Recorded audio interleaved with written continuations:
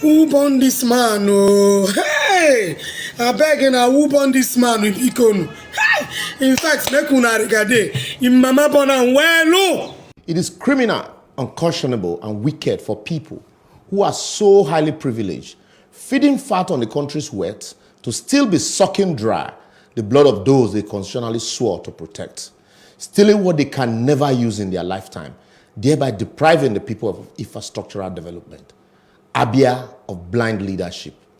When I cried out to stakeholders to rescue Aba sometimes last year, some governors officials in Abia State called for my head while calling me unprintable names, despite their refusal to honor my open invitation for a debate. But unfortunately, today, even the state governor, Dr. Victor Okezie-Ikpeazu, is complaining about the decay and the state of the federal roads in the state.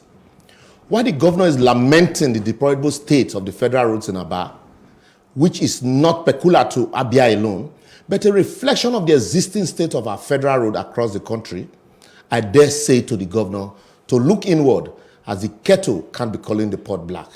In the words of my very good friend, Honorable Patrick Obayagbo Igodomigodo, I am maniacally bewildered that the Abia State governor would complain about federal road while he's yet to fix the existing state road, even build new ones. Abia State is an oil-producing state and so enjoys 30% derivation like other oil-producing states like Rivers and Co. Yet, one cannot assess the local government that produces oil via the road. Ukwa West and Ukwa East local government areas are these federal roads, I asked the governor. Amamugo in Aba is arguably the largest and busiest garment-making hub in West Africa. There are no road leading to it. Maybe there are federal roads too. Abia State University Teaching Hospital, Udeagbala Road, leading to the busiest hospital in the state, is not motorable.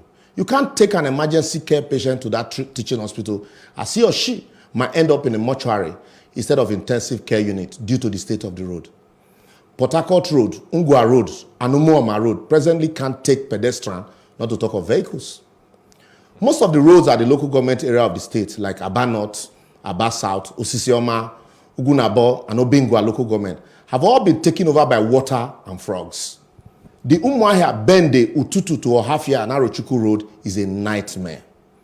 Osisioma Flyover, Obohia Road, Ohaku Road, and Ezeku Road have won award as the road that have taken the longest time to build in the history of this country.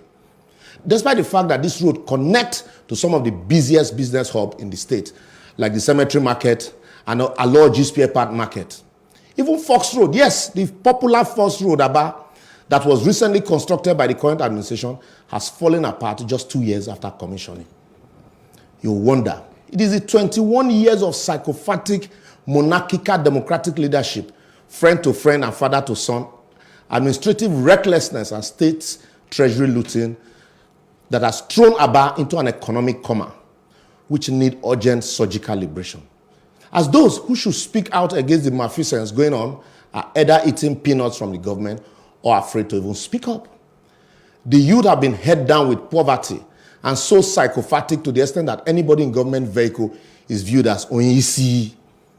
Record obtained from some of the government officials in the state reveal that of governors' relations and former governors of the state still travel on the state account. Money spent by the governor on travel in a month is enough to keep 7 parastatals in the state alive. The state head workers are on strike indefinitely due to 17 months unpaid salary. Abia Poly is on 22 months salaries. ABSUT, the state university teaching hospital, is on 13 months salary and unpaid subvention for close to 3 years.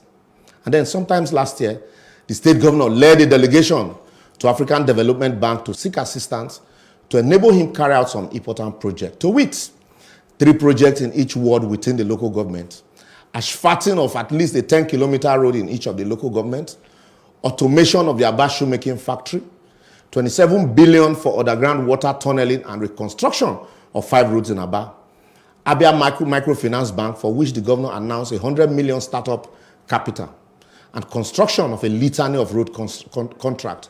But as we speak, most of, if not all, these projects only exist in remote or audio form, very far from reality.